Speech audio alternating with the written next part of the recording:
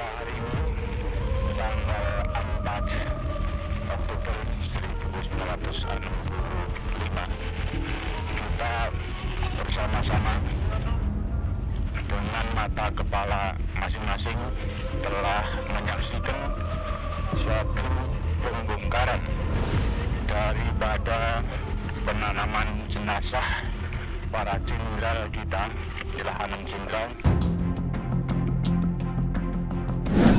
Halo teman-teman, Assalamualaikum warahmatullahi wabarakatuh. Perkenalkan, nama saya Rio Rafael Prasetyo, biasanya dipanggil Rio, R-I-O, Rio.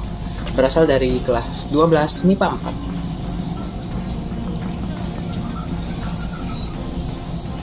4. Persis di hari video ini dibuat, umur saya adalah 17 tahun. Oke, tanpa banyak basa-basi, kita take off ke pembahasan. Paham? Tahukah kalian, setelah 40 tahun lamanya, baru pertama kali peringatan Kebangkitan Nasional dilaksanakan pada tanggal 20 Mei 1948. Awalnya, peringatan tersebut merupakan anjuran Bung Karno karena agar pemerintah menyelenggarakannya secara besar-besaran. Untuk itu, diangkatlah Ki Hajar Dewantara sebagai ketua panitia peringatan.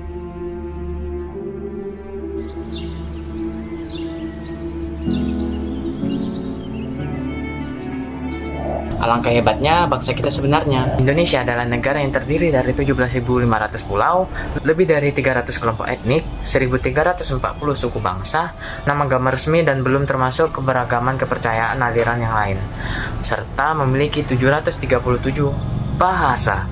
Paham? Dalam sejarah Republik ini, konflik dan pergolakan dalam skala yang lebih besar bahkan pernah terjadi. Oleh karena itu, pada bab ini, kita akan mempelajari pergolakan besar yang pernah berlangsung di dalam negeri akibat ketegangan politik selama rentang tahun 1948 sampai 1965. Tahun 1948 ditandai dengan pecahnya pemberontakan besar terutama setelah Indonesia merdeka, yaitu pemberontakan PKI di Madiun. Sedangkan tahun 1965 merupakan tahun di mana berlangsungnya peristiwa G30 SPKI, di mana gerakan G30 SPKI ini berusaha merebut kekuasaan dan mengganti ideologi Pancasila.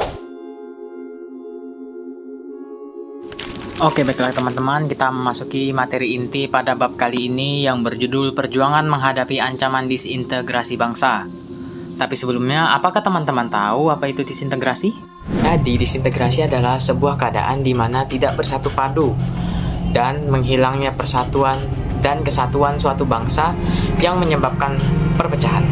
Ketika hal ini terjadi, bukan tidak mungkin akan terjadi pelepasan wilayah dari suatu negara.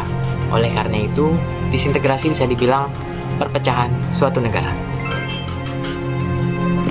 Adapun tujuan pembelajaran pada materi kali ini yaitu yang pertama adalah menganalisis pergolakan daerah yang terjadi di Indonesia. Yang kedua, mengaitkan peristiwa pergolakan daerah dengan potensi ancaman disintegrasi bangsa pada masa sekarang. Dan yang ketiga, mengambil hikmah dari berbagai ancaman disintegrasi bangsa yang pernah terjadi di Indonesia. Sejarah pergolakan dan konflik yang terjadi di Indonesia selama tahun 1948 sampai 1965 dalam bab ini akan dibagi ke dalam 3 bentuk. Yang pertama adalah ideologi, yang kedua adalah kepentingan, dan yang ketiga pemerintah. Oke, baiklah, kita bahas satu persatu ya. Yang pertama ada peristiwa konflik dan pergolakan yang berkaitan dengan ideologi atau gagasan atau ide dasar. Yang termasuk dalam kategori ini adalah pemberontakan PKI di Madiun tahun 1948, pemberontakan DI Darul Islam atau TII, Tentara Islam Indonesia, dan peristiwa G30S atau PKI. Ideologi yang diusung oleh pemberontakan PKI tentu saja komunisme. Sedangkan pemberontakan DI atau TII berlangsung dengan membawa ideologi agama. Oke, yang kedua adalah peristiwa konflik dan pergolakan yang berkaitan dengan kepentingan pribadi atau vested interest. Yang termasuk dalam kategori ini adalah pemberontakan APRA, Angkatan Perang Ratu Adil, RMS Republik Maluku Selatan, dan Andi Aziz, pemberontakan yang dipimpin oleh kapten yang bernama Andi Aziz. Sedangkan vested interest itu sendiri merupakan kepentingan yang tertanam dengan kuat pada suatu kelompok. Kelompok ini biasanya berusaha untuk mengontrol suatu sistem sosial atau kegiatan untuk keuntungannya sendiri. Mereka juga enggan untuk melepas posisi atau kedudukan yang diperolehnya, sehingga sering menghalangi suatu proses perubahan. Baik APRA, RMS, dan Andi Aziz, semuanya berhubungan dengan keberadaan pasukan KNIL atau tentara kerajaan di Hindia Belanda, yang tidak mau menerima kedatangan tentara Indonesia di wilayah-wilayah yang sebelumnya mereka kuasai. Dalam situasi seperti ini, konflik pun terjadi. Oke, lanjut yang ketiga adalah peristiwa konflik dan pergolakan yang berkaitan dengan sistem pemerintahan. Yang termasuk dalam kategori ini adalah persoalan negara federal dan BFO atau Bijenkorps Federal Overleg. Masalah yang berhubungan dengan negara federal mulai timbul ketika berdasarkan perjanjian Linggarjati, Indonesia disepakati akan berbentuk negara serikat atau federal dengan nama Republik Indonesia Serikat atau disingkat dengan RIS. RI menjadi bagian RIS. Negara-negara federal lainnya misalnya adalah negara Pasundan, negara Madura, negara Indonesia Timur. Oke, selanjutnya adalah BFO.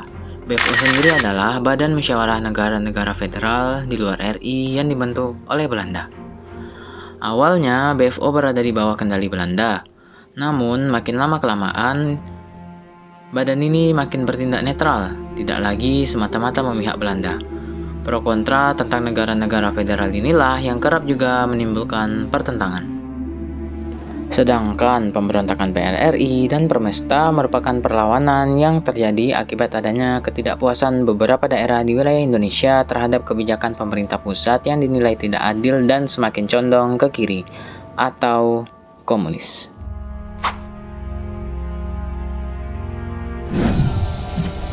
Jadi kesimpulannya, potensi disintegrasi bangsa pada masa kini bisa saja benar-benar terjadi kalau bangsa Indonesia tidak menyadari adanya potensi semacam itu.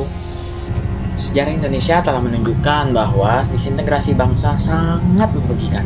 Antara tahun 1948 sampai 1965, gejala yang timbul karena adanya persoalan ideologi, kepentingan, ataupun pemerintahan telah berakibat buruk. Oleh karena itu, perjuangan dalam menghadapi ancaman disintegrasi suatu bangsa harus dilakukan setiap warga negara Indonesia. Setiap warga negara memiliki peran aktif dalam menjaga persatuan dan kesatuan, agar terwujudnya kehidupan bangsa yang aman, damai, tentram, sejahtera, dan makmur. Oke, baiklah teman-teman, sekian presentasi dari saya. Saya ingin meminta maaf apabila terdapat salah-salah kata, salah pengucapan, salah penyebutan, ataupun salah apapun. Saya atas nama Rio Reval Prasetyo dari kelas 12 MIPA 4 pamir undur diri dengan satu buah pantun. 4 kali 4 sama dengan 16, sempat tidak sempat haruslah dibalas. Sekian presentasi dari saya. Wassalamualaikum warahmatullahi wabarakatuh. Dadah teman-teman. 4 dikali 4 sama dengan 16, sempat tidak sempat haruslah dibalas. Sekian dari kelompok kami dan terima kasih. Paham? Paham? Paham? Paham?